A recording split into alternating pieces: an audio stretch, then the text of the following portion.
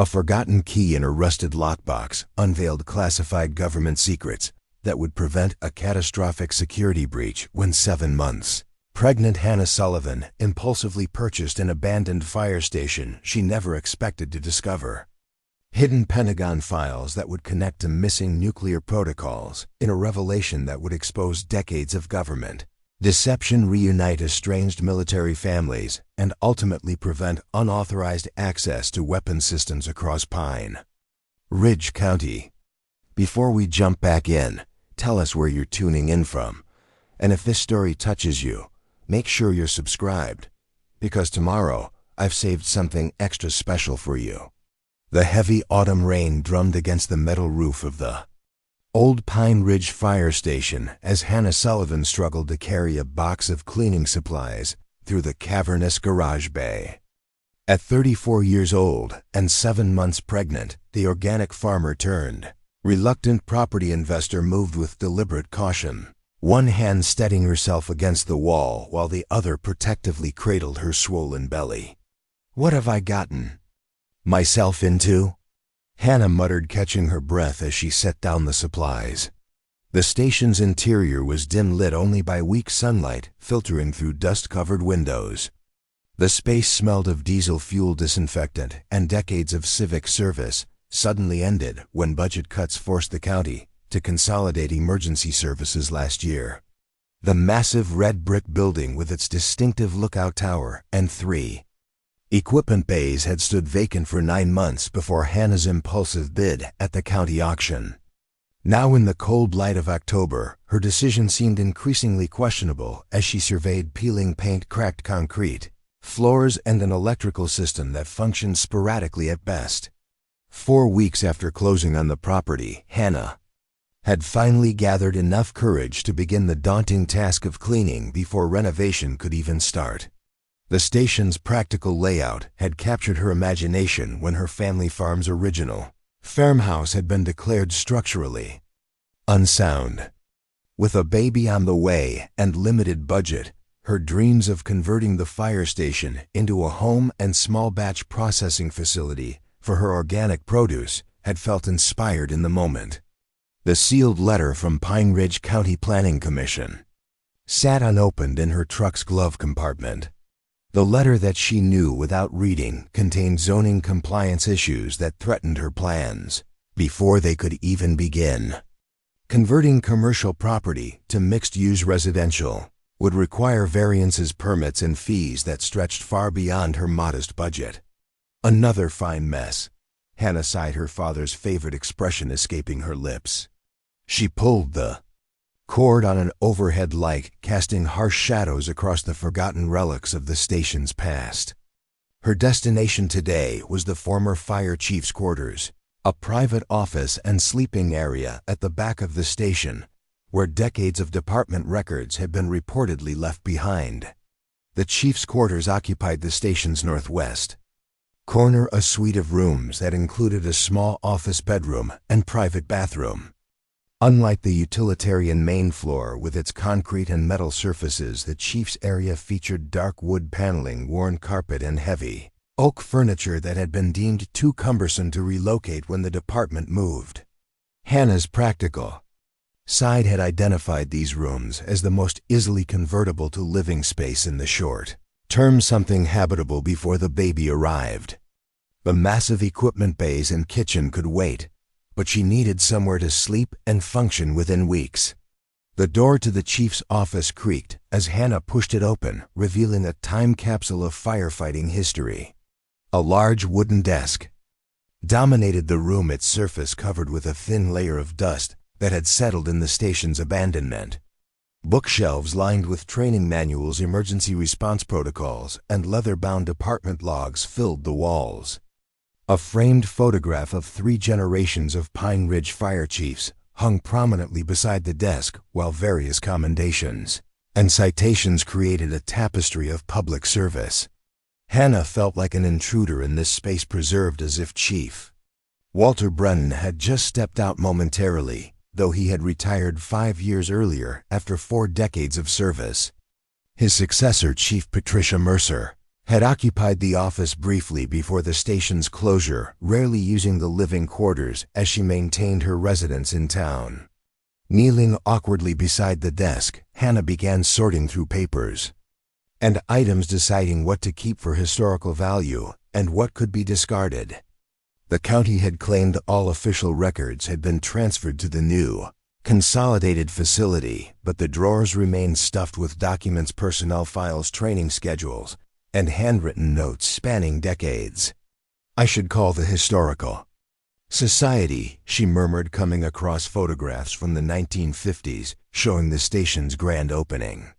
Something about preserving this history struck Hannah as important, despite her practical need to reclaim the space.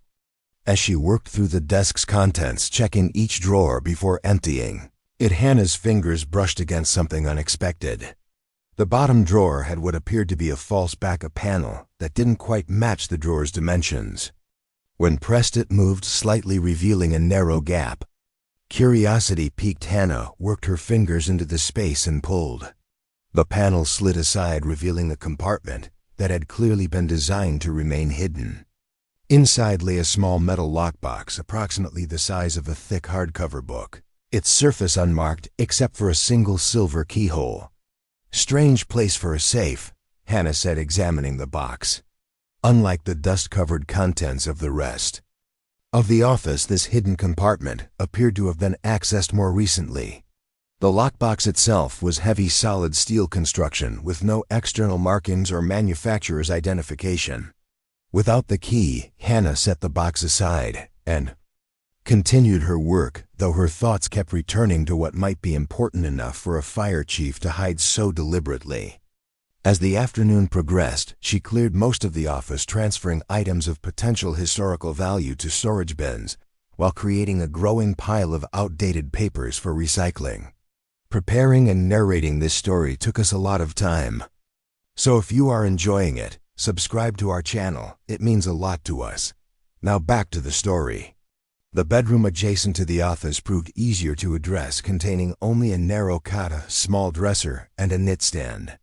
The single window overlooked the station's side yard where decades ago firefighters had maintained a small vegetable garden during their long shifts. As Hannah emptied the knit stand drawer, she found a small key taped to the underside of the drawer bottom. Unlike the modern keys used throughout the station, this one was older, made of solid brass with a simple design. Something about its placement, deliberate and hidden, triggered Hannah's memory of the locked box. Returning to the office, she tried the key in the lockbox. It fit perfectly, turning with a satisfying click. The lid opened to reveal a stack of manila folders labeled with codes rather than titles, each secured with string closures that had yellowed with age. The folders contained documents on official Department of Defense letterhead, many stamped with classifications ranging from confidential to top secret, alongside a distinctive Pentagon seal. Hannah's breath caught as she scanned the first page, a memo, dated 1983, detailing contingency response protocols for nuclear weapons, security alerts at facilities within a 300-mile radius of Pine Ridge. The document referenced attached verification codes, launch sequence failsafes, and evacuation routes in case of various threat scenarios. "What on earth?" she whispered, flipping through additional pages. Each document detailed classified military protocols, emergency response procedures, and security clearance information focused on nuclear weapons security. Some referenced a nearby military installation that had officially been designated as a communications relay station, but these documents implied a much more significant purpose. Beneath the folders lay an envelope addressed to Walter Brennan, Fire Chief, Pine Ridge County, with a Pentagon return address. The letter inside, dated 1981, thanked Brennan for his continued discretion and service as the designated civilian emergency coordinator for Operation Steadfast Shield, should standard military command chains be compromised. Hannah's hands trembled slightly as she realized the implications. The unassuming fire station in rural Pine Ridge County had apparently served as some kind of backup command post during the Cold War, a civilian location designated for emergency operations. Should military facilities be targeted or destroyed? More disturbing, these highly classified documents had simply been left behind when the station closed, hidden but not removed or destroyed, as security protocols would certainly have required. Even more concerning, many referenced verification codes and security measures that might still be active given the military's notorious reluctance to update legacy systems. The baby kicked vigorously, pulling Hannah from her shocked contemplation. She carefully returned the documents to the lockbox. This wasn't something she could simply ignore or discard. These were classified government materials detailing nuclear weapons security measures potentially still relevant to national security. Her first instinct was to call the sheriff's department, but something made her hesitate. If these materials had been deliberately hidden rather than transferred through proper channels, during the station closure someone might have intended them to disappear along with the decommissioned building. As the rain intensified outside, beating a rhythmic tattoo against the metal roof, Hannah considered her options. The most obvious would be contacting federal authorities, but without knowing who had left these documents, or why, she felt uncertain about the best approach. Her thoughts were interrupted by the sound of tires on gravel. Through the office window, she saw an unfamiliar black SUV pull up alongside her truck. A man in a dark suit emerged carrying an umbrella and a briefcase, walking purposefully toward the station's side entrance, the one she'd left unlocked. Hannah quickly closed the lockbox, securing it with the key and sliding it beneath the desk. She had barely straightened up when a sharp knock sounded at the office door. "Miss Sullivan?" A deep voice called. "Thomas Blackwood, Department of Defense. Asset Recovery. I understand you've recently acquired this property." Hannah's pulse quickened as she moved to open the door.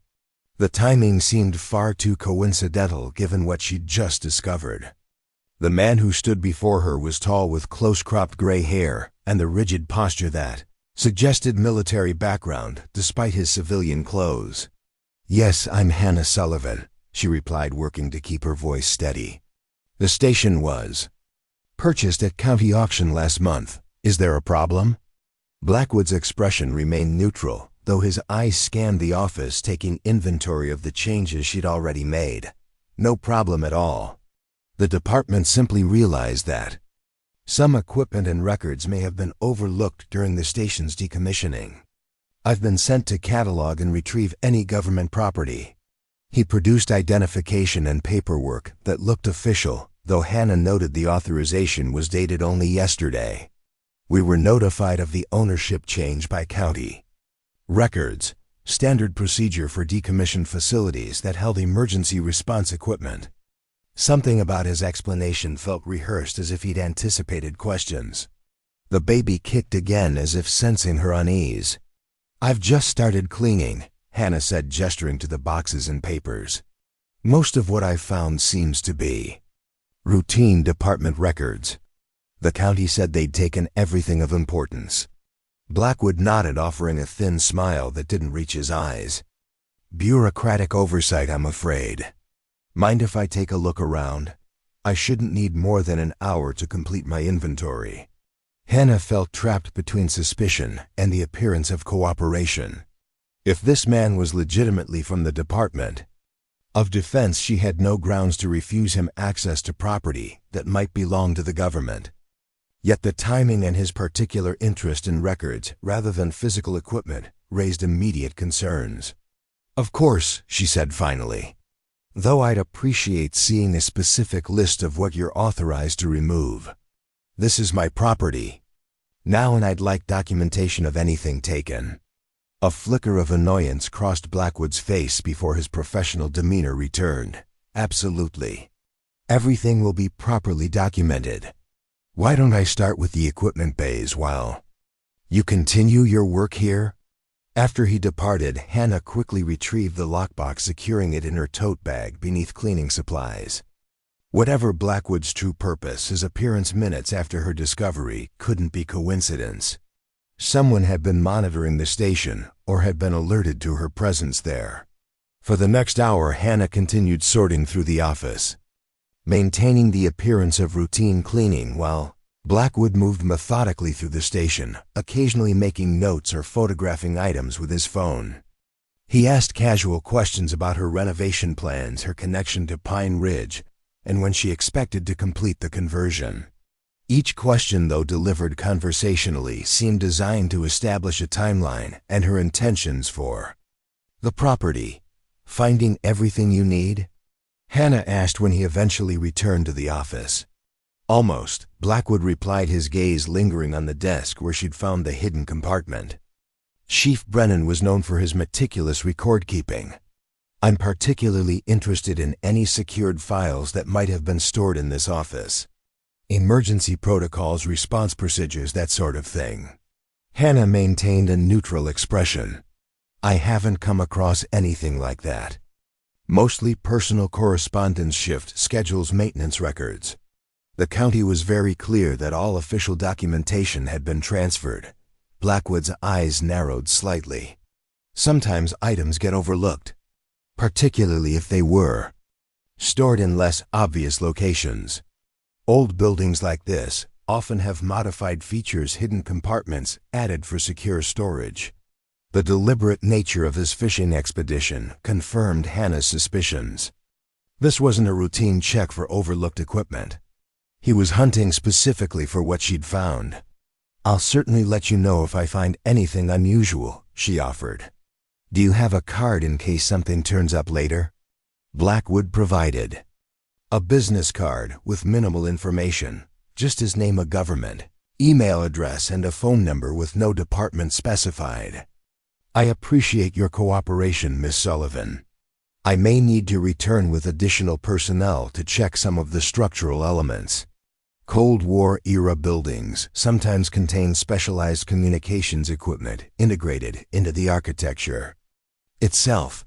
After extracting a promise that he would call before any return visit, Hannah watched with relief as Blackwood finally departed, the sound of his SUV fading into the distance. Only then did she allow herself to breathe normally, her hand instinctively moving to her belly, where the baby had been unusually active throughout the encounter. "What have we gotten ourselves into, little one?" she whispered, retrieving the lockbox from her bag. Whatever these documents contained, they were important enough for the Department of Defense to dispatch someone immediately after she'd taken possession of the building. The question was whether Blackwood represented legitimate security interests or something else entirely.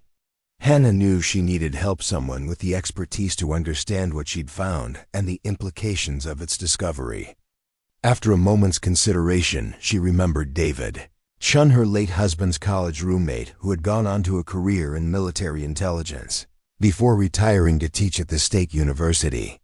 Though they'd lost touch after Michael's death 3 years ago, David was perhaps the only person she knew with the security clearance and knowledge to advise her. Before leaving the station, Hannah photographed several key documents with her phone, being careful to include the classification markings, dates, and signatures. She then secured the lockbox in her truck beneath the seat, deciding it would be safer with her than left in the unsecured building. The drive to her temporary rental apartment took her through downtown Pine Ridge, a once thriving farming community that had seen steady decline as agricultural consolidation reduced family farms to corporate operations. The main street featured more vacant storefronts than businesses, the economic stagnation that had forced county budget cuts, visible in crumbling infrastructure and reduced services. Hannah had returned to her hometown just 6 months ago after a decade away. Her parents' deaths in close succession had left her the family's organic farm operation, and her husband's fatal car accident the following year had sent her life into a tailspin from which she was only now recovering. The pregnancy the result of a brief reconnection with an old flame who had made it clear he wanted no parental responsibilities had complicated her grief and plans for the future. Now, with the baby due in less than 2 months and her childhood home condemned for structural issues, the fire station had represented both necessity and opportunity. The county's eagerness to offload the maintenance costs had resulted in a purchase price well below market value, even considering the extensive renovations needed. At her apartment, Hannah secured the lockbox in a small safe she'd purchased after inheriting her mother's modest jewelry collection. Then she called David Chun, surprised when he answered on the second ring. "Hannah Sullivan," he said, his voice warm with recognition. "It's been, 2 years? How are you holding up?" The simple kindness in his tone nearly broke her composure. "I'm okay, David. Back in Pine Ridge, actually. Listen, I need some advice on a sensitive matter, possibly government-related. Could we meet somewhere private?" To his credit, David didn't press for details over the phone. "I'll drive up tomorrow morning." "Still like that diner on County Road 16? The one with the ridiculous pancakes?" "Miller's," she confirmed, relieved at his immediate understanding. "It's still there, still ridiculous. 10 o'clock?" After ending the call, Hannah examined the photos she'd taken of the documents more carefully. Most contained technical language and military abbreviations beyond her understanding, but certain phrases stood out. Secondary verification protocol, civilian contingency command, and references to fail-safe authorization in case of decapitation events. The documents appeared to establish the Pine Ridge Fire Station as some kind of backup command post, with the fire chief designated as a civilian authority who could verify nuclear weapons protocols if normal military chain of command was compromised. The system, apparently designed during the heightened Cold War tensions of the early 1980s, included verification codes, command procedures, and emergency response plans. What troubled Hannah most were handwritten notes in the margins of several documents updating codes and procedures with dates as recent as 2018, suggesting this wasn't simply an abandoned Cold War relic, but a system that had been maintained and potentially remained active. The implications were staggering. If these protocols were still valid, their loss could represent a significant security breach. If they had been updated and maintained in secret until recently, who had been responsible after Chief Brennan's retirement? And why had Blackwood appeared so quickly after she'd taken possession of the building? That night Hannah slept fitfully. Dreams filled with sirens, blaring lights, and the persistent image of Blackwood standing over her bed, reaching for something she was protecting. She woke repeatedly, her hand instinctively moving to her belly, where the baby shifted and kicked as if sharing her unease. Morning brought clear skies and a sense of purpose. Hannah dressed carefully, selecting loose, comfortable clothing that accommodated her pregnancy while allowing freedom of movement. She secured her apartment and drove to Miller's Diner, arriving early to select a booth at the back away from windows and other customers. Judy Miller, the third-generation owner of the establishment, greeted Hannah warmly. "Look at you, honey. When are you due?" "December, right? You're carrying just like your mama did with you all out front." Hannah accepted the older woman's kind, fussing with grace, answering questions about the pregnancy, her plans for the fire station, and memories of her parents who had been regulars at the diner for decades. The normalcy of the conversation grounded her, provided a moment of connection to the community that had shaped her despite her years away. David Chun arrived precisely at 10, looking much as he had at Michael's funeral 3 years earlier. In his mid-50s now, his black hair showed distinguished streaks of silver, and the wire-rimmed glasses gave him a scholarly appearance that belied his 20 years in military intelligence. He embraced Hannah carefully, his expression softening as he noted her pregnancy. "You look well," he said simply. "Motherhood suits you already." Only after Judy had taken their orders and moved well out of earshot did David's demeanor shift, subtly leaning forward, his voice lowering. "So what's this sensitive government matter that couldn't be discussed over the phone?" Hannah retrieved her phone, opening the photos she'd taken. "Yesterday, I found these hidden in the old fire chief's office at the station I recently purchased." Within hours, a man claiming to be from Department of Defense Asset Recovery showed up, looking specifically for hidden compartments and secure files. David's expression remained neutral as he examined the photos, though Hannah noticed his posture stiffen slightly. He swiped through several images before setting the phone down, his eyes meeting hers with new intensity. "Where are the original documents now?" he asked, his voice barely above a whisper.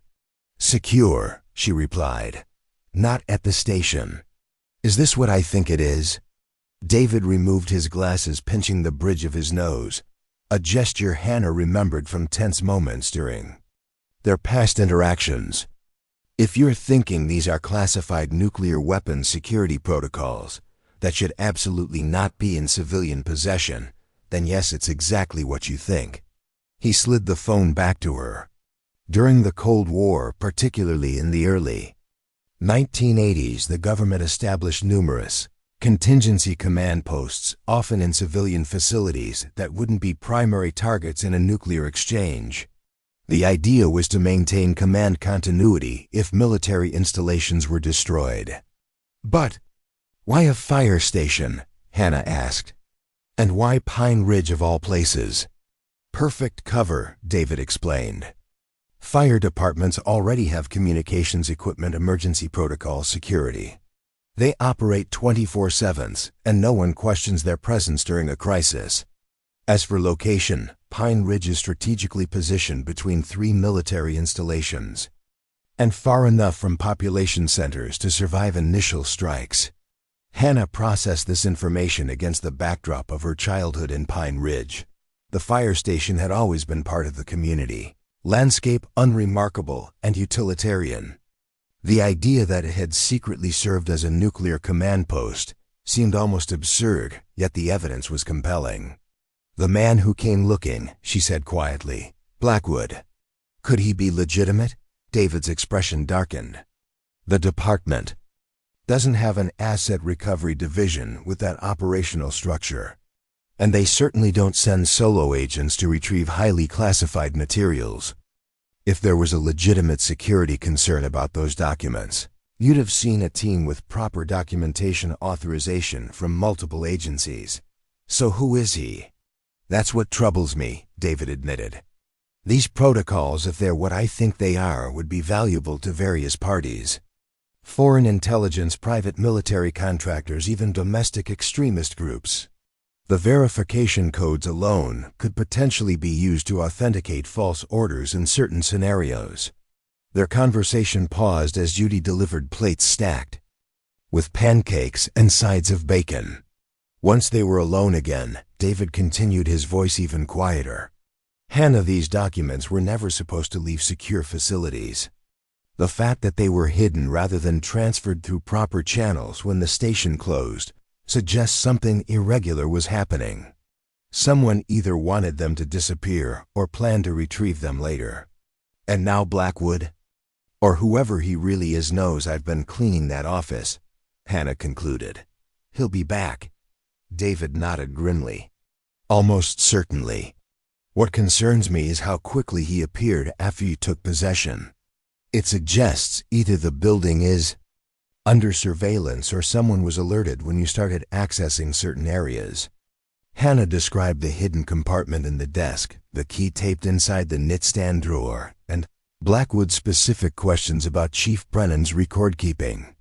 David listened intently, occasionally making notes in a small notebook he produced from his pocket. "We need to get these documents to proper authorities," he finally said. "But we need to be extremely careful about who we contact. If there's been compromise within the system, conventional reporting channels might alert the wrong people. So what do we do?" Hannah asked, her hand unconsciously moving to her belly as the baby shifted. David considered for a moment. "I still have contacts at Pentagon Security Oversight. People whose integrity I trust absolutely.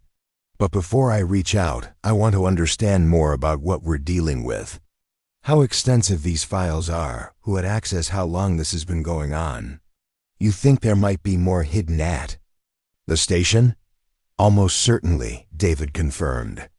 "These protocols would have required regular updates, secure communications equipment verification systems. The documents you found are just the operational guidelines. The infrastructure to implement Them would have been more substantial. Hannah described the building's layout, including areas she hadn't yet explored. The lookout tower with its unusual radio equipment, the basement level that had supposedly housed mechanical systems, and the large safe in what had been the department administrator's office. We need to conduct a thorough search, David decided, but discreetly.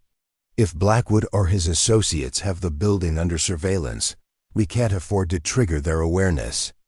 When were you planning to return to the station? I've been going daily, Hannah explained. Working on cleaning and basic repairs. It would look suspicious if I suddenly stopped. Then we maintain that pattern, David agreed. You continue your renovation work while I quietly examine the building's less obvious features. We'll need a cover story for my presence, though.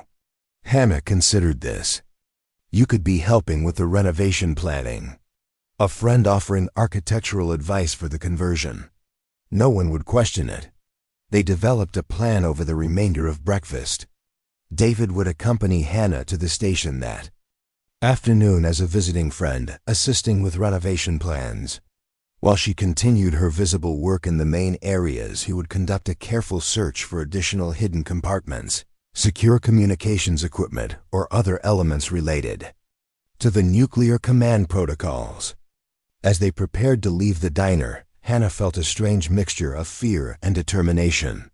Whatever secrets the old fire station held, they clearly extended far beyond local history. She had stumbled into something with national security implications. Something people were actively seeking to recover or conceal. They carefully documented the contents of the communications room, taking photos and notes before securing it again. David was particularly concerned about leaving evidence of their discovery, so they ensured everything appeared untouched. There, exploration continued through the station with David strained, eye spotting abnormalities in construction that suggested modified purposes.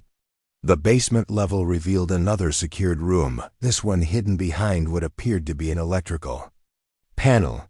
Using the same code rotation calculation, they gained access to a small armory containing weapons, communication equipment, and survival supplies.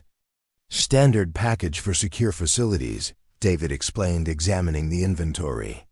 Enough to maintain operations during extended crisis situations. Most concerning was the lookout tower. Originally designed to spot fires across the rural landscape, it had been modified with sophisticated communications equipment, including a satellite uplink system that remained operational. This isn't just a backup anymore, David said as they examined the tower room. This is a fully functioning communications node in what appears to be an ongoing network. The question is who's operating it now?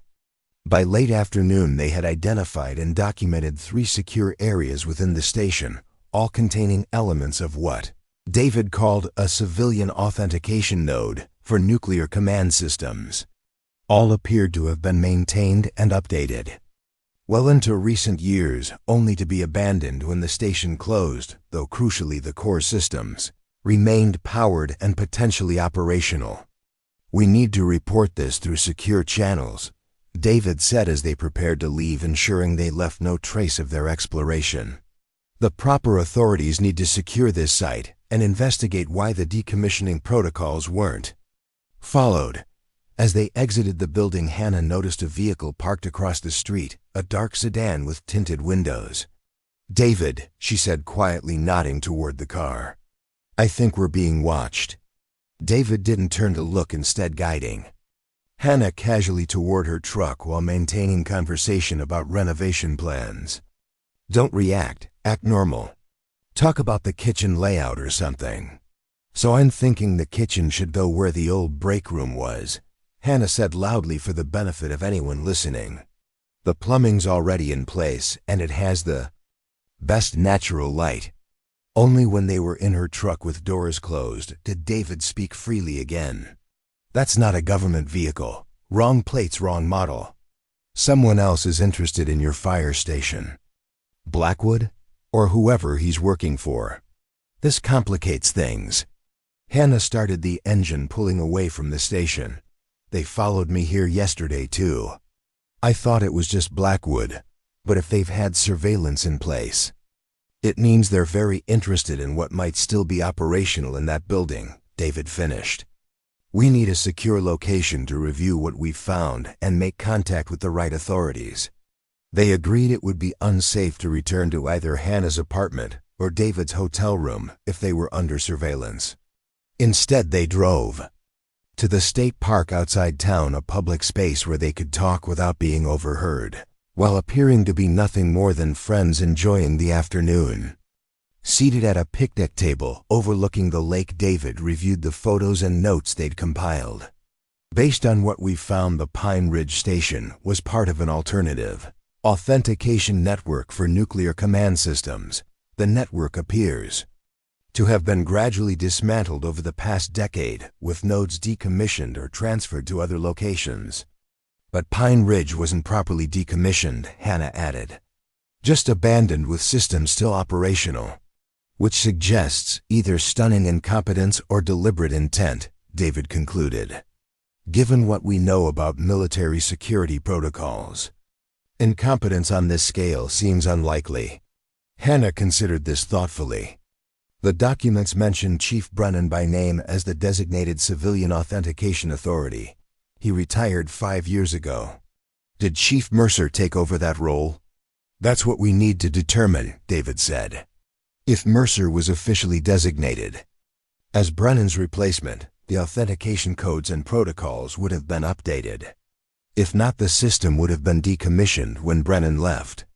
Hannah recalled conversations she'd overheard in town about the transition between chiefs.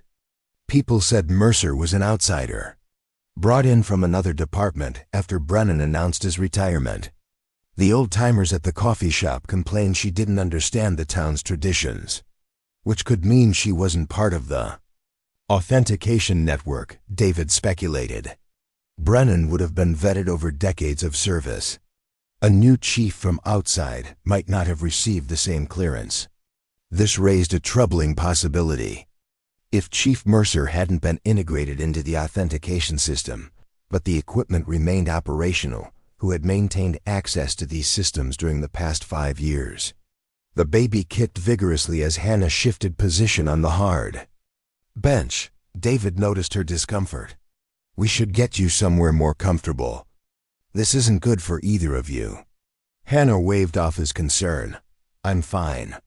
What's not good for us is having people following me and mysterious government systems hidden in my future home. Let's focus on that problem first."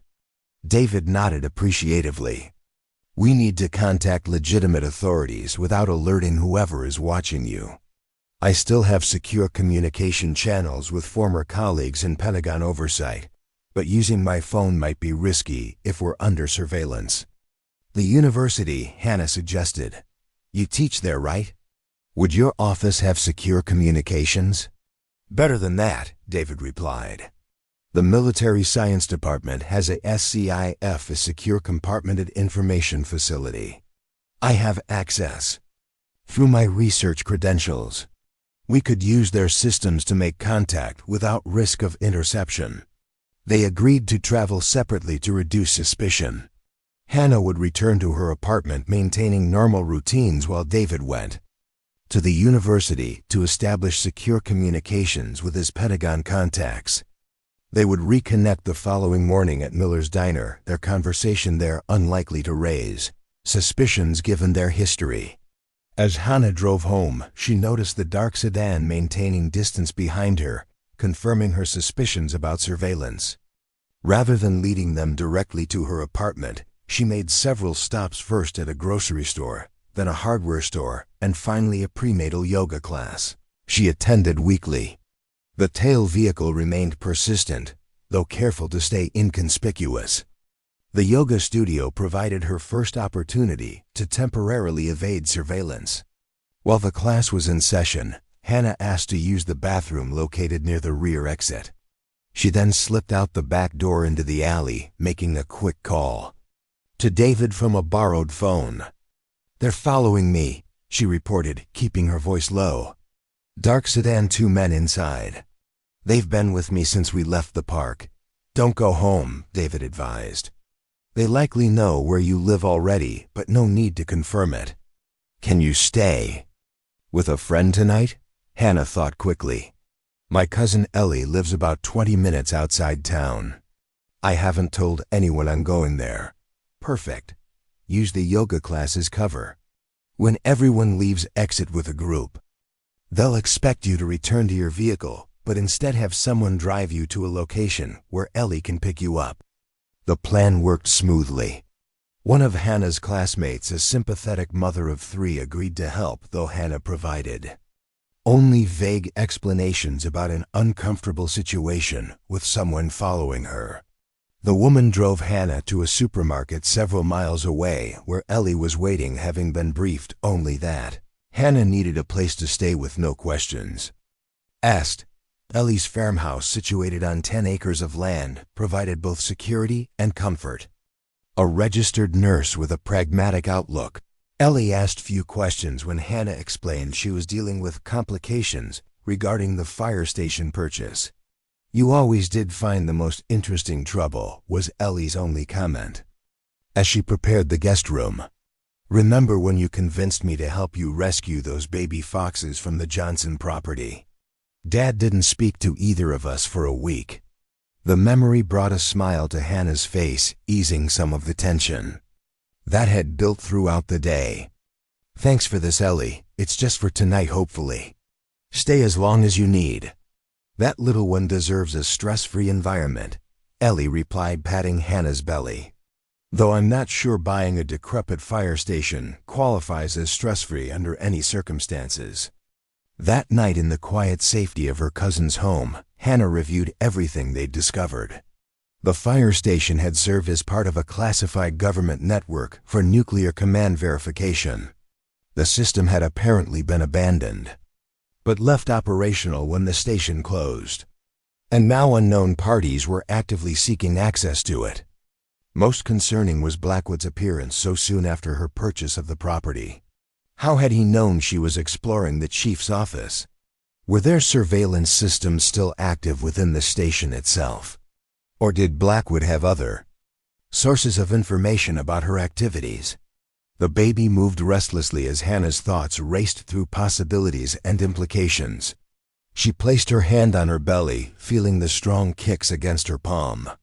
We're going to figure this out, she whispered. And then we're going to make that station into the most amazing home.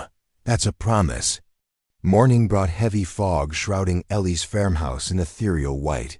Hannah woke early, helping her cousin prepare breakfast before borrowing Ellie's car for the drive to Miller's Diner.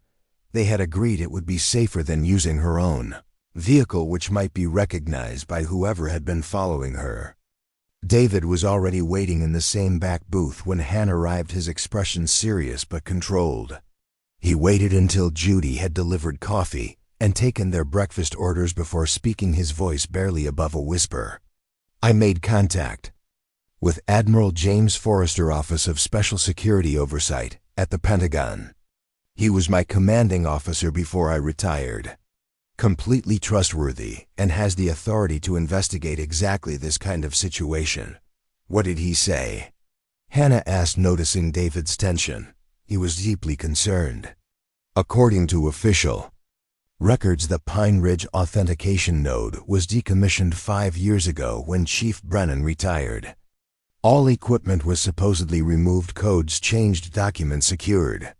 The entire civilian authentication network in this region was officially taken offline as part of a system modernization. Hannah processed this information against what they had seen with their own eyes. But that's not what happened.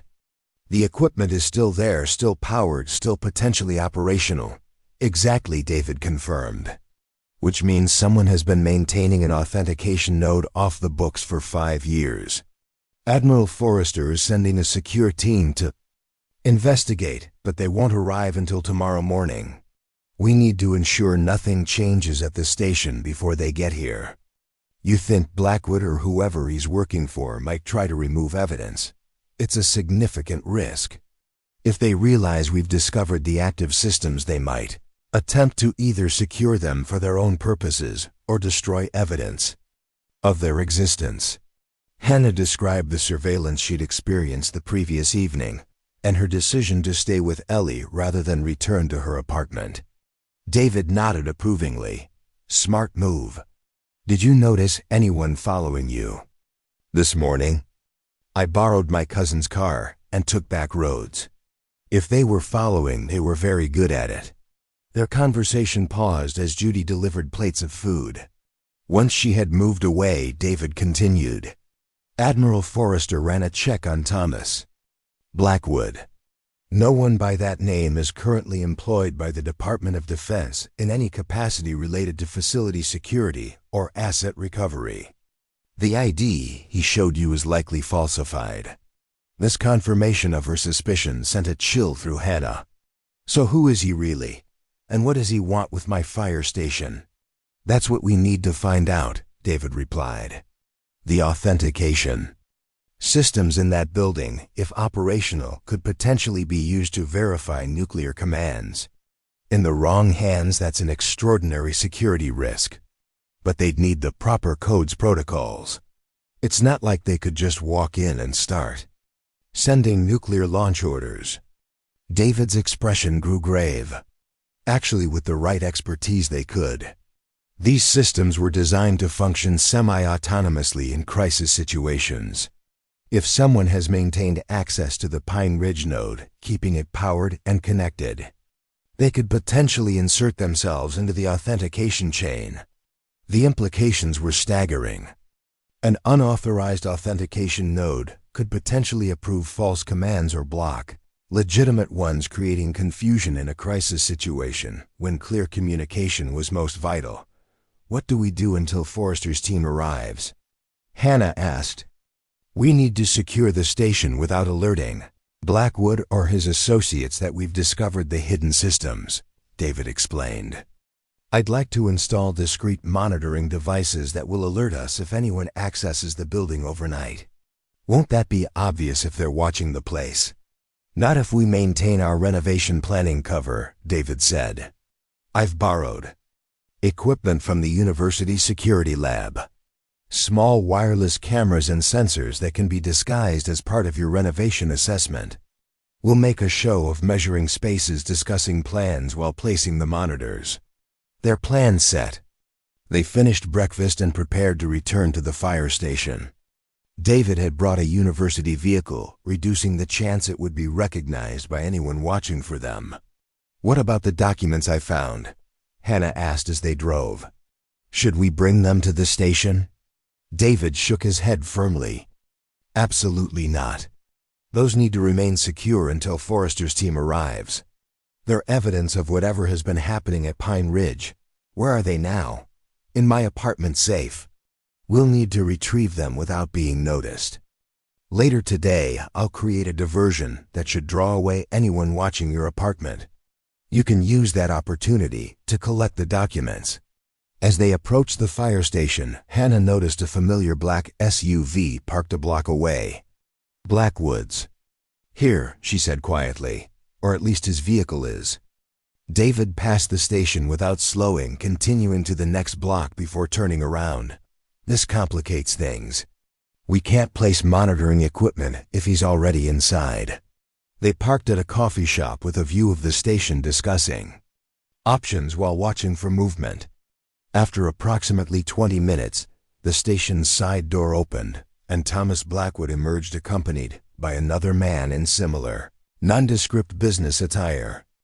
They appeared to be having an intense discussion, Blackwood gesturing emphatically while his companion shook his head. Disagreement in the ranks, David observed. That's interesting.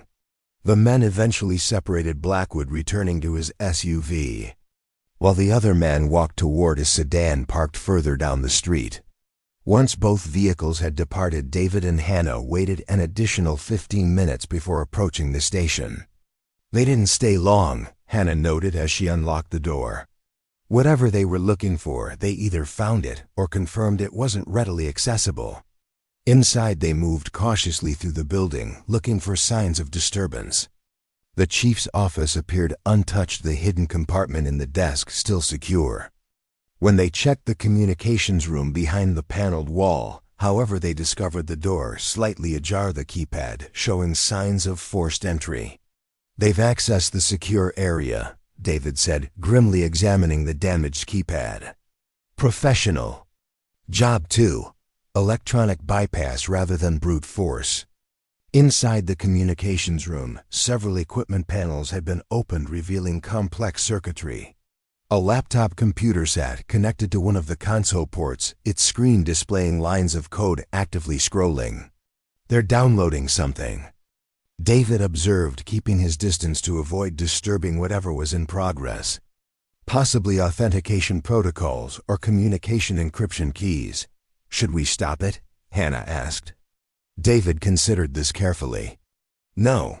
If we interrupt whatever they're doing, they'll know someone else is aware of the system. Better to let it complete while we document what they're accessing. That will help Forrester's team understand exactly what's been compromised." They photographed the laptop, the connections, and the specific systems being accessed, careful not to disrupt anything or leave evidence of their presence. David's expression grew increasingly troubled as he recognized the significance of the targeted systems. "They're extracting the VASU protocols," he explained. "Verification, authentication, and system unlock. These are fundamental to the nuclear command structure, allowing authenticated users to verify the legitimacy of orders and unlock response systems." "That sounds incredibly dangerous in the wrong hands." "It is," David confirmed. "With these protocols, someone could potentially authenticate false commands or block legitimate ones, creating confusion in a crisis situation. The entire system relies on trusted verification points." Hannah felt the baby kick vigorously, as if sharing her growing concern. "So what do we do? We can't just let them walk away with nuclear command protocols. We document everything, then secure the building until Forrester's team arrives," David decided. "We can't confront them directly. That would put you at risk and likely fail anyway. But we can ensure the authorities know exactly what's been compromised." They completed their documentation, then carefully exited the communications room, leaving everything exactly as they had found it. David then proceeded to place small monitoring devices throughout the building, focusing on entries, exits, and approaches to the secure areas. The wireless sensors would alert them to any return visits before Forrester's team arrived. "One more thing," David said as they prepared to leave. He removed a small device from his bag, attaching it to the building's main electrical panel. "This will alert us if anyone cuts power to the building. If they're planning to remove evidence, they might try to disable the systems entirely." With the monitoring in place, they left the station, locking it securely behind them. Their next challenge was retrieving the original documents from Hannah's apartment without being noticed by whoever might be watching. "I have a plan for that," David explained as they drove away from the station. "But first we need to ensure you'll be safe tonight. I don't think returning to your cousin's house is wise. They may have identified your truck by now and could be watching for it." "Where then?" Hannah asked. "I've arranged a room at the university guest facility under a colleague's name.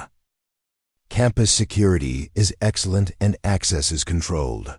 You'll be safe there until Forrester's team arrives tomorrow." As they drove, Hannah noticed David checking the rearview mirror frequently. "Are we being followed?" "2 vehicles," he confirmed.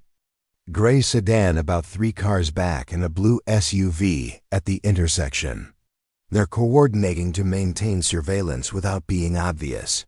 Rather than trying to evade the tail, David incorporated it into his plan, driving casually through town, as if running normal errands.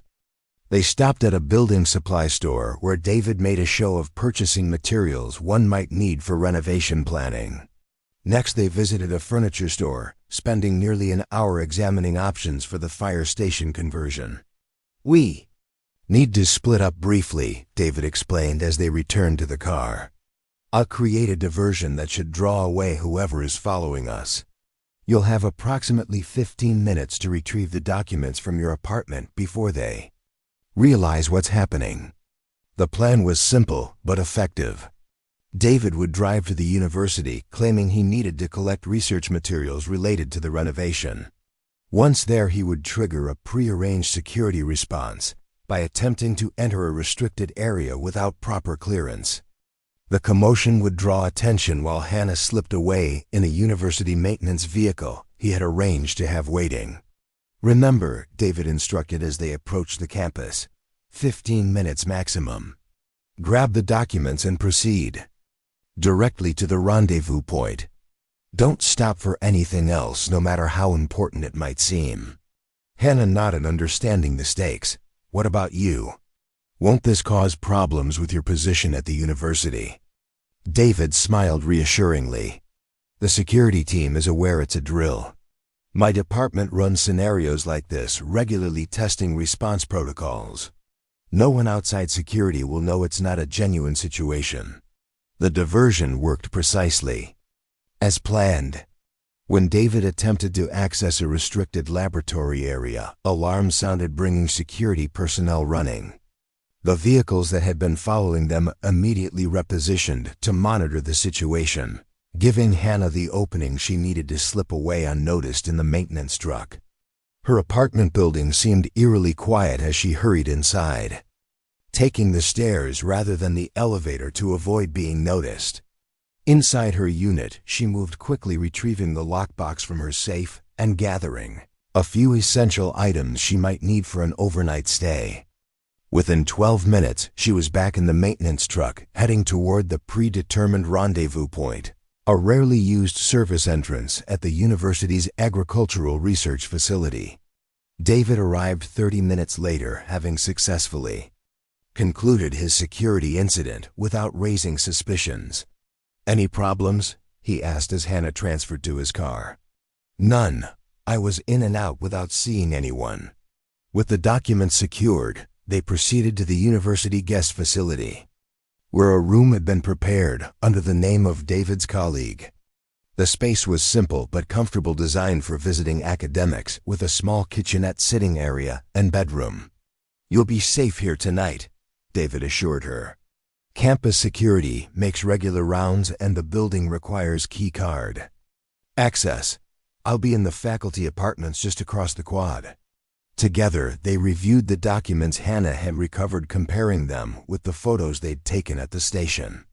A disturbing picture was emerging of an authentication system that had been officially decommissioned but secretly maintained outside proper oversight. "Someone has been keeping this node operational for years," David concluded. "Maintaining the equipment, updating protocols, preserving access. The question is who and why, and how does Blackwood fit into this?" Hannah added, "Is he trying to secure the system or exploit it?" As evening approached, they ordered food delivered to the room, not wanting to risk being seen in public dining facilities. Over dinner, they continued analyzing what they'd discovered, attempting to construct a timeline of events surrounding the Pine Ridge authentication node. According to these records, Hannah said, reviewing a document dated 2016, Chief Brennan was officially relieved of his authentication authority duties when he retired. The system was supposed to be decommissioned within 30 days, but someone maintained access, David added. "And based on what we saw today, Blackwood, or whoever he's working for now, has the VASU protocols. By tomorrow, they could potentially authenticate commands through the Pine Ridge node if they've also obtained the necessary encryption keys." Hannah placed her hand on her belly, feeling the baby's movements. "So what happens tomorrow when Admiral Forrester's team arrives?" "They'll secure the station, document the compromise, and begin tracking whoever accessed the systems. With luck, they'll intercept Blackwood before he can make use of whatever he's downloaded." "And the fire station?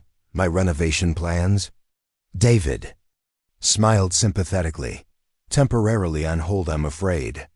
The building will need to be thoroughly examined, possibly decontaminated of classified systems. But the Admiral assured me you'll be compensated for any delays and assisted with alternative housing arrangements if needed." Hannah nodded acceptance, though the uncertainty weighed heavily. The fire station had represented her best hope for creating a stable home before the baby arrived. Now that plan, like so much in her life, had been complicated by unforeseen circumstances. "Get some rest," David advised, noting her fatigue. "Tomorrow will be challenging, but Forrester's team knows what they're doing. They'll handle Blackwood and secure the systems." As Hannah prepared for bed, she found herself reflecting on how dramatically her life had changed in just 2 days. What had begun as simple renovation planning had evolved into a national security matter with implications she was still struggling to fully comprehend. Yet beneath her concern ran a current of determination. Whatever challenges emerged, she would face them, protect her child, and create the home they both deserved. "Some legacy you're inheriting, little one," she whispered to her unborn child. "But I promise you this, we're going to get through it together. And someday that old fire station is going to be the most amazing home, filled with light and love and absolutely no hidden government secrets." The baby kicked as if in agreement, its strong movements a reminder of the new life that would soon join her, the future that awaited beyond the present danger. With that thought providing comfort, Hannah finally drifted into sleep. The documents that had started this journey secured beside her, the promise of resolution coming with the morning light. Hannah woke with a start. The university guest room, still dark, preyed on light, barely filtering through the curtains. The baby had been unusually active throughout the night, small feet or elbows pressing against her ribs, as if sharing her anxiety about the day ahead. For a moment she lay still, orienting herself to the unfamiliar surroundings, before remembering the events that had brought her here. A soft knock at the door fully roused her. Checking the peephole, she saw David standing in the hallway, already dressed and alert despite the early hour. "Admiral Forrester's team arrived early," he explained as she let him in. "They're setting up a command post at the university's secure facility. We need to brief them on everything we found." Hannah showered and dressed quickly, gathering the documents they'd recovered. As they walked across the quiet campus, the eastern sky began to lighten, bands of pink and gold heralding the new day. "Did anything happen at the station overnight?" she asked. David checked his phone, reviewing the alerts from the monitoring devices they'd placed. 2 visits. One around midnight, lasting approximately 40 minutes, and another at 3 a.m., very brief. Only 5 minutes. The power remained on, and none of the sensors in the communications room were triggered. Blackwood? Most likely. Probably retrieving the laptop we saw connected to the console. The fact that they didn't access the communications room again suggests they got what they needed during yesterday's download. As the specialists worked, a second team conducted a thorough search of the station's remaining areas, paying particular attention to the lookout tower and basement facilities they'd identified during their earlier exploration. They discovered additional monitoring equipment and communication systems, all still drawing power, all potentially part of Kane's unauthorized network. Hannah's attention was drawn to a separate monitor where analysts were tracking the ongoing intrusion attempts into the nuclear command network. The frequency of these attempts had increased, suggesting growing desperation or urgency on Kane's part. "We've located the source of the intrusion attempts," an intelligence officer reported suddenly. "Signal is originating from a mobile platform approximately 2 miles from the Pine Ridge station." Forrester moved immediately to the tactical communications station. "Team leader, be advised we have indication of hostile presence in your vicinity. Proceed with extreme caution." Hannah felt her heart rate increase, concern for David's safety overriding her fatigue. On the monitor, she could see the tactical team adjusting their posture, becoming more defensive as they completed their work securing the communications room. "Admiral," the intelligence officer called urgently. "Mobile sources moving rapidly toward the station. Ada, less than 5 minutes. Extraction team deploy now," Forrester ordered. "Get our people out of there immediately." The operations Center erupted with coordinated activity as a secondary team previously staged nearby was directed to create a secure extraction corridor for the personnel inside the station. Hannah watched with growing anxiety as the situation evolved from a technical security operation into a potential confrontation. "Who's coming?" she asked Parker, her voice tight with concern. "Kane?" "Most likely," Parker confirmed. "If he's detected our containment operation, he might be attempting to preserve access to the systems or remove evidence." On the monitor, Hannah could see David and the tactical team completing their work hastily, disconnecting final components and gathering key evidence before moving toward the exit. The specialist team had removed critical elements of the authentication system, rendering it inoperable while preserving components for forensic analysis. "Hostile vehicle approaching from the south," the communications officer reported. "Black SUV moving at high speed." "Team is exiting the structure," another officer confirmed. "Moving to extraction vehicles now." Hannah held her breath, watching as David and the tactical team emerged from the fire station, moving quickly toward unmarked vehicles waiting in the adjacent lot. They had nearly reached safety when the black SUV came into view, speeding toward the station entrance. The SUV skidded to a halt between the team and their extraction vehicles, forcing them to take defensive positions. From the SUV emerged three men, including one Hannah immediately recognized as Thomas Blackwood, now identified as Victor Kane. The men were armed, though they held their weapons at ready positions rather than aiming directly at the tactical team. "We have a standoff situation," the communications officer reported, tension evident in his voice. "Can we hear what's happening?" Forrester asked. A technician adjusted settings, activating microphones on the tactical team's equipment. Through the speakers came Kane's voice, cold and determined. "Department of Defense Security Division," he announced, displaying identification. "You are interfering with a classified security operation. Stand down and return all equipment removed from this facility." The tactical team leader's response was measured but firm. "Admiral Forrester, United States Strategic Command has authorized this containment operation. Your credentials are not recognized. Stand down immediately." Hannah could see David standing slightly behind the tactical team, his expression tense but controlled. Kane's gaze shifted, focusing on him with evident recognition. "Professor Chun," Kane said, his tone shifting to something almost conversational. "I should have realized you'd be involved when I saw Sullivan's connection to you in her background check. Still fighting the good fight for the official channels, I see." "It's over, Kane," David replied. "Whatever you were planning with the authentication protocols, Strategic Command has already implemented countermeasures. The shadow network is being shut down as we speak." Kane's expression hardened. "You think this is about some rogue operation?" "I'm trying to protect the system, not compromise it. The modernization created vulnerabilities my team has been working to secure before they could be exploited." "Your team?" the tactical leader questioned. "You have no official authorization. You were discharged 5 years ago." "Official channels failed," Kane responded, his voice rising with intensity. "When I reported the vulnerabilities in the new system, I was ignored, then pushed out. So yes, I assembled my own team.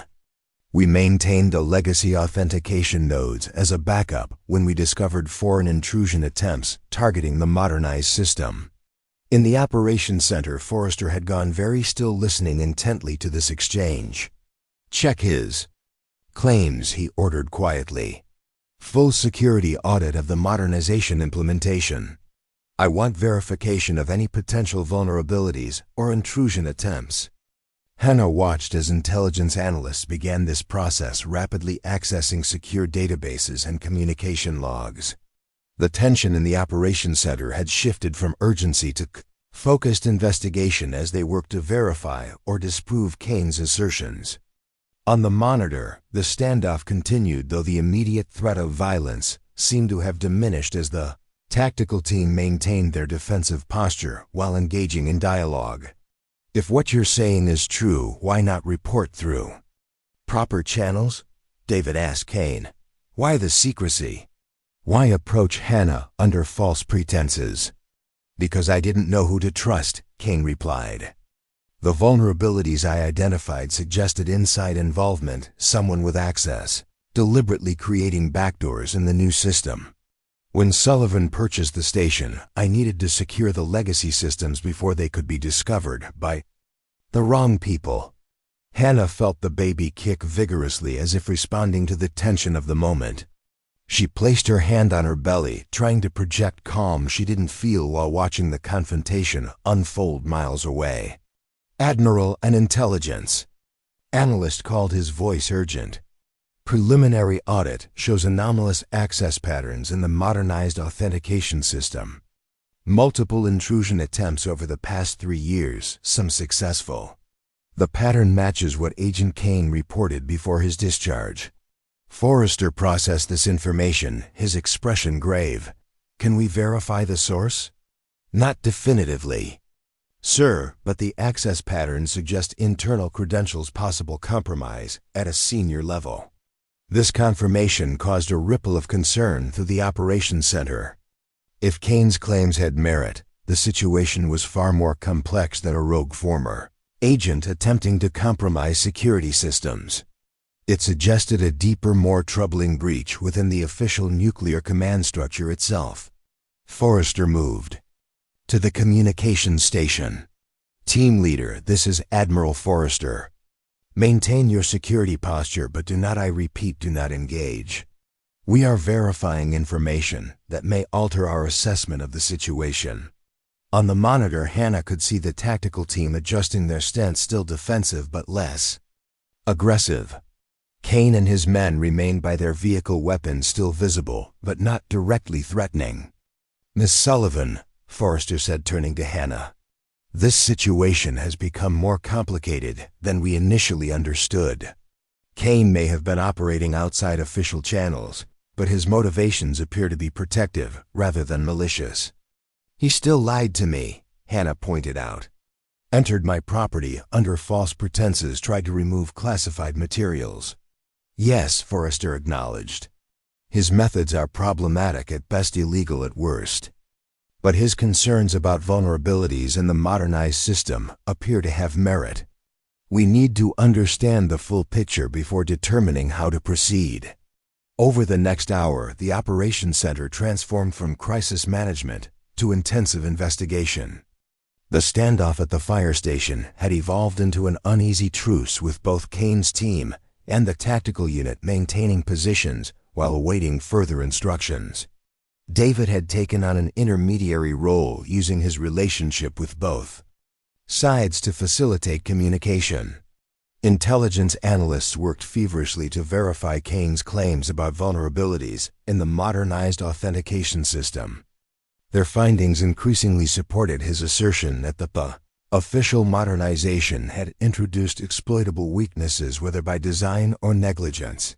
We've confirmed unauthorized access to verification protocols at 3 command nodes, an analyst reported, all using credentials associated with the modernization implementation team. The access pattern suggests systematic testing of vulnerability points. And the legacy authentication network Kane maintained? Forrester asked. Shows no signs of compromise, sir. It appears he genuinely was maintaining it as a secure backup system operating outside potentially compromised channels. Forrester considered this information, his expression betraying the gravity of the situation. We have a counterintelligence problem. Someone within the modernization team may have deliberately created exploitable vulnerabilities in our nuclear command authentication systems. He turned to his communications officer. Contact Strategic Command. Implement Security Protocol Omega-7 immediately. All authentication to route through secondary channels until further notice. Hannah watched as these orders were carried out, the operations center humming with purposeful activity as the focus shifted from containing Kane to identifying and addressing the potentially larger threat he had been working to counter. "What happens now?" she asked Lieutenant Parker, who had remained by her side throughout. "Counterintelligence investigation at the highest levels," Parker explained. "If someone deliberately compromised the modernization, they'll be identified. Meanwhile, we'll likely integrate Kane's shadow network into official channels to provide authenticated backup while the vulnerabilities are addressed." "And the fire station?" Parker smiled sympathetically. "That's being determined. The authentication equipment will need to be properly decommissioned this time, but Admiral Forrester is already discussing compensation and expedited renovation approval to thank you for your service." On the monitor, Hannah could see the situation at the station de-escalating. Forrester had established direct communication with Kane, explaining the verification of his claims and the measures being implemented to address the vulnerabilities he had identified. While his methods remained questionable, his intention to protect rather than compromise national security had been confirmed. The tactical team was now working alongside Kane's people to secure the station and its sensitive equipment. David moved freely between groups, coordinating their efforts as academic background, providing a neutral bridge between military and civilian approaches. "Miss Sullivan," Admiral Forrester said, approaching her again, "I owe you an apology. What appeared to be a simple security breach has proven to be something far more complex. Your discovery may have helped us identify a significant vulnerability before it could be fully exploited." Hannah shifted uncomfortably in her chair, the baby particularly active, as if sensing the tension was finally easing. "I just wanted to renovate a fire station, Admiral. Turn it into a home for my baby and a processing facility for my organic farm. I never expected to stumble into nuclear command protocols and counterintelligence operations." Forrester smiled warmly for the first time since she'd met him. "Life rarely follows our carefully laid plans, Ms. Sullivan, but your quick thinking, courage, and willingness to do the right thing even when it complicated your own situation speaks to your character. Your child is fortunate to have such a mother." His words touched Hannah, unexpectedly bringing tears to her eyes that she quickly blinked away. The past days had been overwhelming physically, emotionally, and intellectually, challenging her in ways she never anticipated. Yet beneath the fear and uncertainty, she recognized that she had risen to those challenges drawing on inner strength she hadn't fully acknowledged before. "What happens to my renovation plans?" she asked, focusing on the practical concern that had started this entire journey. "We'll expedite everything," Forrester assured her. "The station will need to be properly cleared of classified systems, but once that's complete, you'll have full support for your conversion project. The government owes you that much at minimum." A commotion at the operations center entrance drew their attention as David returned, accompanied by several members of the tactical team. He looked tired but relieved as he approached Hannah. "Station secure," he reported to Forrester. "All authentication equipment has been documented and prepared for proper decommissioning. Kane is cooperating fully, providing details of the shadow network and the vulnerabilities he identified." "And his team?" Forrester asked. "Former intelligence and military personnel, all vetted, all with legitimate security concerns about the modernization. They've been operating without authorization, but their motivations appear aligned with national security interests." Forrester nodded thoughtfully. "The legalities will be complex, but their cooperation will be taken into consideration. The priority now is identifying who compromised the official systems and closing those vulnerabilities." As the Admiral moved away to continue coordinating the operation, David took the seat beside Hannah, his expression softening with concern. "You look exhausted," he observed. "You should be resting, not sitting in a military operations center." Hannah smiled wryly. "Apparently normal pregnancy advice doesn't apply when you've uncovered nuclear command vulnerabilities." "How's my fire station?" "Still standing," David assured her. The technical teams are removing the classified systems properly this time. Once they're finished, the renovation can proceed with official blessing and likely significant assistance. So my impulsive purchase might work out after all. More than work out, David confirmed. Admiral Forrester mentioned expedited permits, renovation assistance, even possible grants for your organic processing facility as recognition for your service. Hannah placed her hand on her belly, feeling the baby's movements now calmer as if sensing the resolution of tension. Some story to tell this little one someday. Before you were born, I accidentally uncovered nuclear secrets while renovating our home.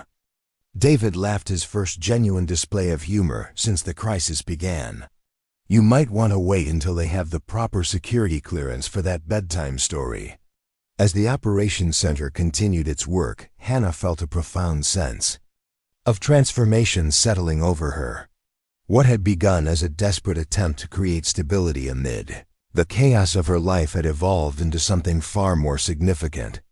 She had faced fear, uncertainty, and national security, threats with determination and integrity, discovering strength she hadn't fully recognized within herself. You know, she said thoughtfully, when I bought that fire station, I was just looking for walls and a roof, somewhere to raise this baby and continue my work. I never expected it would connect me to something larger, force me to grow in ways I hadn't anticipated. David nodded, understanding in his eyes. The best homes aren't just about the structure, they're about the journey that creates them. The challenges overcome the purpose they serve. Your fire station has quite a story already. And it's just beginning, Hannah replied, her hand resting protectively over her unborn child. Whatever comes next, we'll face it together. After nuclear secrets and counterintelligence operations, how hard can a simple renovation be? Their laughter, a welcome release of tension, filled the small space between them, a moment of human connection amid the technical urgency of the operations center. Beyond the windows, morning had fully arrived, the sun climbing higher in the sky, illuminating the campus with golden light. A new day bringing promise and possibility after the darkness and uncertainty of the night. For Hannah, that light represented more than just another day. It symbolized clarity, purpose, and the unexpected path that had led her to this moment. The fire station would indeed become her home, but the journey to create it had already transformed her, giving her confidence and determination that would serve her well in the challenges of motherhood and beyond. Some homes are just buildings, she thought, watching the sunlight spread across the operations center. But others are forged through fire, revealing the strength within us we never knew existed. Her baby kicked in agreement, a strong, decisive movement that made her smile. Together, they would build not just a house, but a legacy of courage, determination, and purpose, starting with an old fire station and the unexpected secrets it had revealed. 3 weeks had passed since the dramatic events at the Pine Ridge Fire Station. The crisp November air carried the scent of fallen leaves and wood smoke as Hannah stood in what had once been the station's main equipment bay, now transformed by the steady progress of renovation crews. Sunlight streamed through newly installed skylights, illuminating the space that would soon become the heart of her home. The structural reinforcements are complete, said Maria Vasquez, the project manager assigned by the government as part of their compensation package. We've preserved the original architectural elements while updating the support systems for residential use. Hannah nodded appreciatively, one hand resting on her belly where the baby seemed particularly active this morning. At nearly 8 months pregnant, she felt the increasing urgency to complete the essential living spaces before her due date in early December. The chief's quarters conversion is ahead of schedule, Maria continued, consulting her tablet. The nursery should be ready within 10 days, complete with the specialized air filtration system Admiral Forrester insisted on. The mention of Forrester brought a smile to Hannah's face. The Admiral had been true to his word, mobilizing resources with remarkable efficiency once the security operation concluded. What might have taken months of permits, inspections, and contractor negotiations had been streamlined into an organized renovation plan with top-tier professionals and materials. "Miss Sullivan?" A voice called from the station's front entrance. "Special delivery." Hannah turned to see David Chun entering, carrying a beautifully crafted wooden rocking chair. Since the resolution of the crisis, he had become a constant presence in her life, helping coordinate between government agencies and offering practical support with the renovation. "Is that what I think it is?" Hannah asked, moving toward him with surprising agility despite her advanced pregnancy. David set the rocking chair down, its cherry wood gleaming in the sunlight. "Handcrafted by Martin Reeves, the same artisan who made your grandfather's chair that was lost when the farmhouse was condemned. I found photos in your family albums and had him recreate it." Hannah ran her fingers over the smooth wood, emotion welling unexpectedly. The original chair had been a family heirloom, a place where generations of Sullivan women had rocked their babies. Its loss had been particularly painful amidst the cascade of changes in her life. "David, this is—" she began, words failing as tears threatened. "Every new beginning needs something that connects it to the past," he said simply. "Especially in a home with as much history as this one." Maria tactfully excused herself to check on the electrical work, leaving Hannah and David alone with the rocking chair. Hannah settled into it cautiously, finding it perfectly proportioned, the curved back supporting her exactly as she remembered her grandfather's chair had done. "Perfect fit," she said, rocking gently. "How did you manage this?" "Let's just say Admiral Forrester still had some strings to pull," David replied with a smile. "When I explained the significance, he made sure Martin had time in his schedule. The Admiral feels we owe you far more than a renovated fire station." The events following the discovery of the authentication system had unfolded with remarkable speed. Kane's claims about vulnerabilities in the modernized nuclear command structure had proven accurate, leading to a classified counterintelligence operation that identified 2 members of the modernization team who had deliberately created exploitable backdoors. Their motivations and potential foreign connections remained under investigation. Kane himself, while still facing consequences for operating outside authorized channels, had been brought into the official response team, his expertise proving invaluable in securing the compromised systems. His methods had been questionable, but his intentions to protect national security had been vindicated. For Hannah, the aftermath had brought unexpected benefits beyond the expedited renovation. Admiral Forrester had arranged for a generous compensation package, including grants for her organic farming operation and connections to military commissary contracts that would provide stable income for years to come. "Have you heard anything more about the investigation?" Hannah asked, continuing to rock gently. David shook his head. "Most of it's classified now. What I do know is that they've closed the vulnerabilities Kane identified and implemented new security protocols. The authentication system has been completely redesigned with additional safeguards. And the fire station? Is it truly clear of all classified systems?" "Completely," David assured her. 3 separate security teams verified that all authentication equipment has been removed. The power systems were upgraded, the hidden rooms properly sealed or converted to standard storage. It's just a building now you're building. Hannah nodded, relief washing through her. While the government's assistance with the renovation had been invaluable, she had worried about lingering security concerns or continued interest in the property. The confirmation that her future home was truly hers again brought profound peace. The baby kicked vigorously, as if expressing approval. Hannah laughed, placing David's hand on her belly so he could feel the strong movements. "Someone's eager to move in," she said. "Strong kicks," David observed, his expression softening. "A firefighter in training, perhaps." "Or a farmer," Hannah countered. "Either way, definitely determined." Their moment was interrupted by the arrival of Ellie, Hannah's cousin, carrying Lunch from Miller's diner. Since the security situation had resolved, Hannah had moved back to her apartment in town, but Ellie remained a steadfast presence, helping prepare for the baby's arrival and offering the family connection Hannah needed most. "Judy sent extra pie," Ellie announced, setting down the bags. "She says pregnant women need more calories, especially when they're supervising government construction projects." She noticed the rocking chair and let out a delighted gasp. "Is that Grandpa Sullivan's chair?"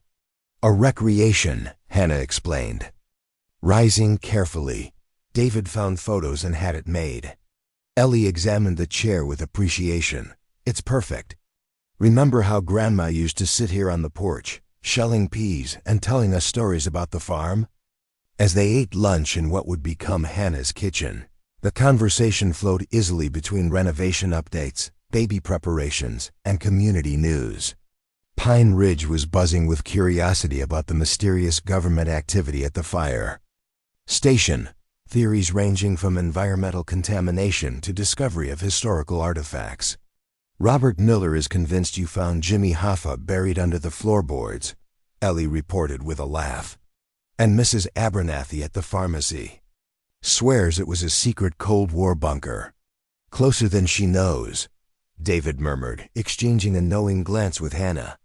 The true nature of the discovery remained classified, with only a handful of people knowing the full story. A carefully crafted public narrative about legacy communications equipment requiring specialized removal had satisfied most inquiries. The government's generous renovation assistance explained as compensation for the unexpected delay. After lunch, Maria returned with updated blueprints showing the converted living spaces. The massive equipment bays were being transformed into an open-concept main living area, with the kitchen, dining, and living spaces flowing together beneath the vaulted ceiling and exposed beams. The firefighters' former locker room and break area were becoming a master bedroom suite with a spacious bathroom designed to accommodate Hannah's immediate needs once the baby arrived. "The processing facility for your organic produce will be Phase 2, Maria explained, pointing to the plans for the adjacent garage bay. "We've run all the necessary utilities and prepared the space, but final equipment installation won't happen until after the baby comes, as you requested." Hannah nodded, appreciating how the plans balanced immediate necessities with her longer-term vision. The fire station was evolving into exactly what she had hoped, a practical, beautiful space that served both her family and professional needs. "What about the lookout tower?" she asked, having grown attached to the distinctive architectural feature that had once served as a fire spotting position and later, she now knew, as part of the authentication system's communications array. "Structurally sound and ready for your ideas," Maria replied. "We've installed new windows, insulation, and basic utilities. Admiral Forrester suggested it might make an excellent office or studio once the baby is older." David added, "The views from up there are spectacular. You can see the entire valley, your family's farm in the distance. It's peaceful in a way I hadn't expected." As the afternoon progressed, Hannah found herself drawn to the former chief's quarters, now nearly completed as her temporary bedroom and the baby's nursery. The space where she had discovered the hidden documents had been transformed, the walls freshly painted in soft green, new hardwood floors gleaming in the afternoon light. No trace remained of the secret compartments or communication systems that had once occupied the hidden spaces. Standing in what would become the nursery, Hannah felt a profound sense of transition. This room, once part of a classified government operation, would soon welcome new life, its walls no longer concealing secrets, but instead sheltering her child's first dreams. "It's hard to believe this is the same place," she said when David found her there. "So much has changed in such a short time." "Spaces reflect the purpose we give them," he replied, leaning against the doorframe. "This building has always been about protection, in one form or another. First as a fire station sheltering the community, then as part of a system protecting national security. Now it's becoming a home, protecting what matters most to you. Hannah smiled, recognizing the truth in his observation. I never thought of it that way. There's a continuity to it, isn't there? Different forms of the same purpose. The best renovations don't erase history, they build upon it, David said. This place will always carry the echoes of what it was, but that only enriches what it's becoming. Later that evening, after the construction crews had departed and the autumn sunset painted the western sky in brilliant orange and pink, Hannah and David sat on the station's front steps, sharing a quiet moment as day transitioned to dusk. Admiral Forrester called this morning, David said, breaking the comfortable silence. He's been reassigned to head a special task force overseeing the complete security audit of the nuclear command structure. Kane is working with them as a consultant. Good, Hannah replied. They both seemed like men who would do the right thing, even when it's difficult. The Admiral also mentioned something else, David continued, his tone shifting slightly. The university has offered me a new position heading a research program on civilian-military cooperation in crisis response. It would mean staying in Pine Ridge permanently. Hannah turned to him, searching his expression. Is that something you want? I've been considering it, he admitted. New York has lost its appeal since. He paused, both of them knowing he meant since Michael's death. And recent events have reminded me how important meaningful work is, being part of something that matters. Pine Ridge could use more people who care about building something worthwhile, Hannah said carefully, aware of the unspoken current between them. Before David could respond, Hannah's phone rang Ellie, calling to remind her about tomorrow's prenatal appointment. The moment passed, but something had shifted, possibilities opening that neither had fully acknowledged before. As November progressed, the renovation accelerated, crews working extended hours to complete the essential living spaces before Hannah's due date. The community's curiosity about the project had evolved into supportive enthusiasm, with neighbors dropping by to offer housewarming gifts or volunteer assistance. Judy Miller organized a group of local women to sew curtains for the entire station, using fabrics that complemented the industrial meets farmhouse aesthetic Hannah had chosen. Robert Wilson, the hardware store owner, donated vintage fixtures he had salvaged from historic buildings, knowing Hannah's appreciation for preserving connections to the past. This town has really embraced you, David observed one afternoon as Hannah sorted through another delivery of handmade baby items from local families. It's like they've adopted the project as their own. I think they needed something positive to rally around, Hannah replied, holding up a beautifully knitted baby blanket from Mrs. Abernathy. Pine Ridge has faced so much decline, so many closed businesses and families moving away. The fire station renovation represents something new, taking root instead of another loss. You're giving them hope, David said simply. Not just by saving a historic building, but by choosing to build your future here when you could have gone anywhere after the farm was condemned. Hannah hadn't thought of it that way, but she recognized the truth in his words.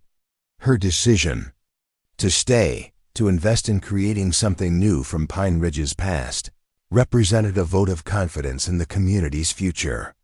The government's involvement and the subsequent attention had only amplified that message.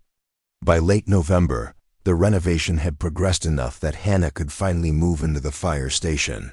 Though many finishing touches remained, the essential living spaces were complete. Kitchen, bedroom, bathroom, and nursery, all functional and beautifully designed.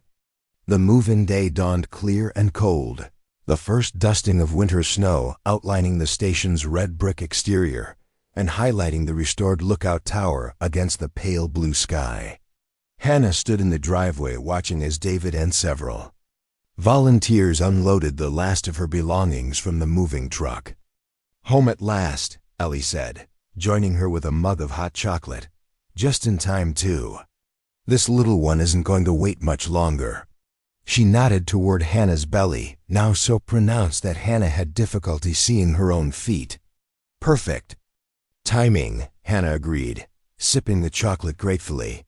Though I'm not sure I would have managed without all this help. She gestured toward the enthusiastic moving crew, which included not just David and Ellie, but also several neighbors, 2 of Maria's construction workers who had volunteered their day off, and even Judy Miller, who was organizing the kitchen. With remarkable efficiency. That's what community means, Ellie replied, supporting each other through transitions. You'd do the same for any of them.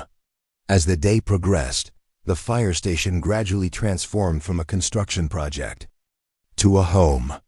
Furniture found its place, kitchen items were unpacked and arranged, and Hannah's personal touches, photographs, books, treasured objects, brought warmth to the newly renovated spaces. By evening, when most of the helpers had departed, Hannah found herself standing in the main living area, now illuminated by the vintage industrial fixtures Robert Wilson had donated. The space balanced the building's fire station heritage with comfortable residential elements. Exposed brick walls complemented by warm wood tones, high ceilings with preserved structural beams, concrete floors softened by area rugs and natural fibers and earthy colors. What do you think? David asked, bringing her a cup of herbal tea as they surveyed the space. Does it feel like home yet? Hannah considered the question, listening to the building's subtle sounds, the gentle hum of the new heating system, the faint creak of the restored wooden doors, the distant whistle of wind around the lookout tower. These would become the familiar soundtrack of her life here, the acoustic backdrop to her child's earliest memories. It's getting there, she replied honestly. The echoes of what it was are still strong, but that's not a bad thing. They give the space character, a sense of continuity. The best homes have layers, David agreed. They tell stories about where they've been and who's lived within their walls. As they talked, Hannah noticed a small wooden box on the coffee table that hadn't been there earlier. What's that? A housewarming gift, David explained, suddenly looking slightly nervous. Something I thought you should have. Hannah opened the box to find a brass key, obviously old and well-crafted, resting on a bed of velvet. She recognized it immediately as the key that had opened the lockbox containing the classified documents, the discovery that had started their extraordinary journey. How did you get this? I thought everything was turned over to Admiral Forrester's team. It was, David confirmed. But I asked if you could keep this one item as a reminder. The Admiral agreed it held no security risk since the lockbox and all its contents are now secured at the Pentagon. He thought you might appreciate having this tangible connection to your role in uncovering the authentication system. Hannah lifted the key, feeling its weight and the history it represented. It's perfect. A reminder that sometimes what looks like an obstacle is actually a doorway to something important. David smiled, clearly pleased by her reaction. Exactly what I thought. Every home needs objects that carry meaning beyond their function. This key literally unlocked a new chapter in your life. Later that night, after David had finally been persuaded to go home and rest, Hannah stood in the nursery, putting the finishing touches on the space that would soon welcome her child. The rocking chair stood in the corner by the window, a handmade mobile of wooden farm animals hung above the crib, and soft light glowed from a lamp shaped like a vintage fire truck, a gift from the Retired Firefighters Association. The baby was particularly active, responding perhaps to Hannah's heightened emotions or simply preparing for its imminent arrival. Hannah sat in the rocking chair, hands cradling her belly, and spoke softly to her child as she often did in quiet moments. This is our home now, little one. It has quite a story to tell, and you'll be the newest chapter. People helped build this place for us, people who care about creating something good and lasting. That's the community you're being born into. A place where people still look out for each other, still believe in building things that matter. As if in response, the baby shifted, a tiny foot or elbow pressing against Hannah's palm. She smiled, rocking gently in the chair that connected her to her own family's past, while sitting in a room that would shape her child's future. "Your journey is just beginning," she continued, "but you're already part of something special. This building has always protected what matters, first as a fire station, keeping the community safe, then in ways I'll tell you about someday when you're older. Now it's protecting us, giving us a place to grow together." The rocking chair's gentle motion and the day's exhaustion gradually overtook Hannah, and she dozed off, still cradling her belly protectively. She dreamed of the fire station through different eras, bustling with firefighters rushing to emergencies, quietly humming with the classified systems of the authentication network, and finally filled with the sounds of her child growing up, laughter, music, the everyday symphony of family life. She woke to early morning light filtering through the nursery window, still in the rocking chair, though someone had draped a soft blanket over her during the night. For a moment, she was disoriented, then remembered this was home now, her fire station transformed. Rising carefully, Hannah made her way to the kitchen, surprised to find fresh coffee already brewing and David at the counter organizing breakfast ingredients. "Hope you don't mind," he said, noticing her startled expression. "I came by early to finish setting up the security system and found you asleep in the rocking chair. Didn't have the heart to wake you, but thought you might appreciate coffee. When you did get up, you stayed all night?" Hannah asked, accepting the mug he offered. "Just on the couch," David explained. "It didn't seem right leaving you alone your first night here, especially with the baby so close to arriving." The gesture touched Hannah deeply, another example of how David had become woven into the fabric of her life since that fateful day in the chief's office. Their connection, initially forged through crisis, had evolved into something neither had anticipated, but both now valued beyond measure. As they shared breakfast at the kitchen island, Hannah's first meal in her new home, the conversation turned to practical matters, final touches on the renovation, preparations for the baby, arrangements for Hannah's maternity leave from the farm's operations. "I've been thinking," David said as they finished their coffee. "The processing facility renovation will be starting just when the baby arrives. You'll have your hands full, and coordinating with contractors takes time and energy you might not have." "I've been worried about that," Hannah admitted. "The timing isn't ideal, but the seasonal nature of the business doesn't leave much flexibility." "What if I oversaw that part of the project?" David suggested. "The university position doesn't start until January, and I've gotten to know Maria's team well enough to communicate your vision." Hannah considered the offer, recognizing it for what it was, not just practical assistance, but a deeper commitment to her and the child's well-being. "That would be incredible, but are you sure? It's a lot to take on." "I'm sure," David replied simply. "Besides, I've become invested in this place too. Seeing the complete vision realized matters to me." Their conversation was interrupted by a knock at the door.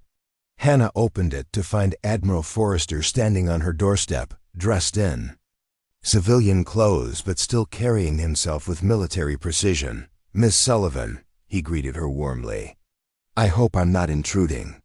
I wanted to see the renovation progress before my reassignment takes me to Washington next week."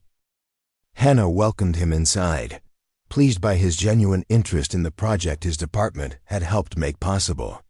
Forrester toured the station with obvious appreciation, nodding approvingly at how the renovation had respected the building's heritage while creating a functional modern home. In the main living area, he paused before a shadow box Hannah had mounted on the wall, a simple display containing the brass key David had given her, mounted on a background of the fire station's original blueprint. "I see Professor Chun gave you the key," Forrester observed. "A fitting memento of extraordinary circumstances. A reminder that sometimes our greatest challenges lead to unexpected blessings," Hannah replied, unconsciously resting her hand on her belly. Forrester nodded thoughtfully. In my 40 years of service, I've learned that security comes in many forms. Some people protect nations, others build communities and homes. Both are essential. Both require courage and vision. He gestured around the renovated fire station. What you've created here honors the building's protective legacy while transforming it into something new and vital. That's no small achievement. Before departing, the Admiral presented Hannah with an official-looking envelope, a small token of appreciation from the department. The paperwork finalizing your ownership of the property, free and clear, along with grants for the processing facility and first-year operating expenses. Hannah opened the envelope with trembling hands, stunned by the government's generosity. "Admiral, this is far more than I expected. You did this country a service, Miss Sullivan, one we can never publicly acknowledge. Consider it our investment in the kind of future worth protecting." He glanced meaningfully at her advanced pregnancy. "That's what all our work is really about in the end, ensuring safe homes and communities for the next generation." After Forrester's departure, Hannah stood in the doorway of her fire station, watching as the Admiral's car disappeared down the rural road. The winter sun had risen higher, illuminating the station's red brick exterior and glinting off the restored lookout tower where the classified communications equipment had once maintained its silent vigil. David joined her, wrapping a warm shawl around her shoulders against the November chill. "Everything okay?" Hannah nodded, too full of emotion for words at first. Finally she managed. "It's really ours now. Completely and officially. No more government interest, no lingering questions about security clearances or classified systems. Just a home, ready for whatever comes next." "A home with quite a story," David added, smiling. "Though the best chapters are still unwritten." As if in agreement, the baby kicked vigorously, causing Hannah to laugh and place David's hand where he could feel the strong movement. Together, they stood in the doorway of the transformed fire station, the past secured and honored, the future opening before them with possibilities neither could have imagined when Hannah first turned that small brass key in a hidden lockbox and unwittingly changed both their lives forever. The station that had once protected a community from fires, then silently guarded national security secrets, now stood ready for its most important mission, yet sheltering new life and the family that would grow within its sturdy walls. Different forms of protection across the decades, but the core purpose remained, keeping safe what matters most. "Welcome home, little one," Hannah whispered to her unborn child as the first light snowflakes of winter began to fall, dusting the fire stations. Red brick with white. "Your story is just beginning. Up next, you've got 2 more standout stories right on your screen. If this one hit the mark, you won't want to pass these up. Just click and check them out. And don't forget to subscribe and turn on the notification bell so you don't miss any upload from us."